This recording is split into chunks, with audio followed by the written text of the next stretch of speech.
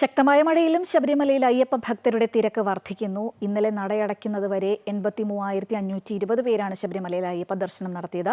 മഴയ്ക്ക് നേരെ ശമനമുണ്ടെങ്കിലും രാത്രിയിലും മഴ തുടർന്നത് സന്നിധാനത്തേക്കുള്ള അയ്യപ്പ ഭക്തരുടെ വരവിനെ ബാധിച്ചു. രജിത് കുമാർ തയ്യാറാക്കിയ റിപ്പോർട്ടിലേക്ക്. ശബരിമലയിലെത്തുന്ന അയ്യപ്പ ഭക്തരുടെ എണ്ണം മണിക്കൂറുകളിലും വർദ്ധിക്കുകയാണ് എന്ന് തന്നെയാണ് സൂചിപ്പിക്കുന്നത്. പ്രധാനമായും ഇപ്പോൾ ഇതിനകം തന്നെ 35,000-ഓളം അയ്യപ്പ ഭക്തർ സന്നിധാനത്തെത്തി ദർശനം നടത്തി കഴിഞ്ഞു.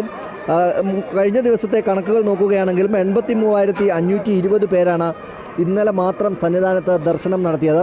നിരവധി അയ്യപ്പ ഭക്തർ മഴയെ അവഗണിച്ചും സന്നിധാനത്തേക്ക് ദർശനത്തിനായി എത്തിക്കൊണ്ടിരിക്കുന്നുണ്ട്.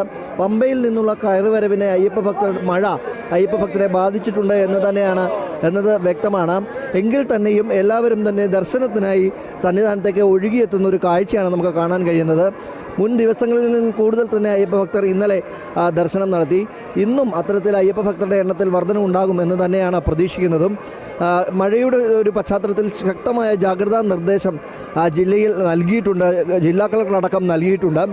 എന്നാൽ അവയൊക്കെയും നിലനിൽക്കെ തന്നെ ശബരിമലയിലേക്ക് എത്തുന്ന അയ്യപ്പ ഭക്തരുടെ എണ്ണത്തിൽ ഒരു കുറവും ഉണ്ടാകുന്നില്ല എന്ന് തന്നെയാണ്. അന്യ സംസ്ഥാനങ്ങളിൽ നിന്നുള്ള അയ്യപ്പ ഭക്തരാണ് കൂടുതലായി സന്നിധാനത്തേക്ക് എത്തുന്നത്.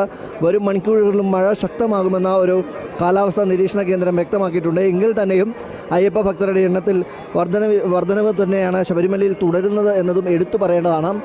ഇനി വരുന്ന മണിക്കൂറുകളിൽ മഴ ഇപ്പോൾ ഒരു നേരിയ തോതിൽ മഴയ്ക്ക് ശമനമുണ്ട് എങ്കിൽ തന്നെയും വരും മണിക്കൂറുകളിലും മഴ ശക്തമാകുന്ന സാഹചര്യത്തിലേക്ക് കടക്കുകയാണെങ്കിൽ വേണ്ട ജാഗ്രതാ നിർദ്ദേശങ്ങൾ ഇതിനോടകം തന്നെ ശബരിമലയിൽ വേണ്ട ജാഗ്രതാ നിർദ്ദേശങ്ങൾ കൂടുതലായി നൽകേണ്ടതുണ്ടെങ്കിൽ അതിനെ ADM-നെ അടക്കം ഇതിനോടകം തന്നെ നിയോഗിച്ചിട്ടുണ്ട്. ADM-ന് അത്തരത്തിലുള്ള നിർദ്ദേശം ജില്ലാ കളക്ടർ നൽകിയിട്ടുമുണ്ട്.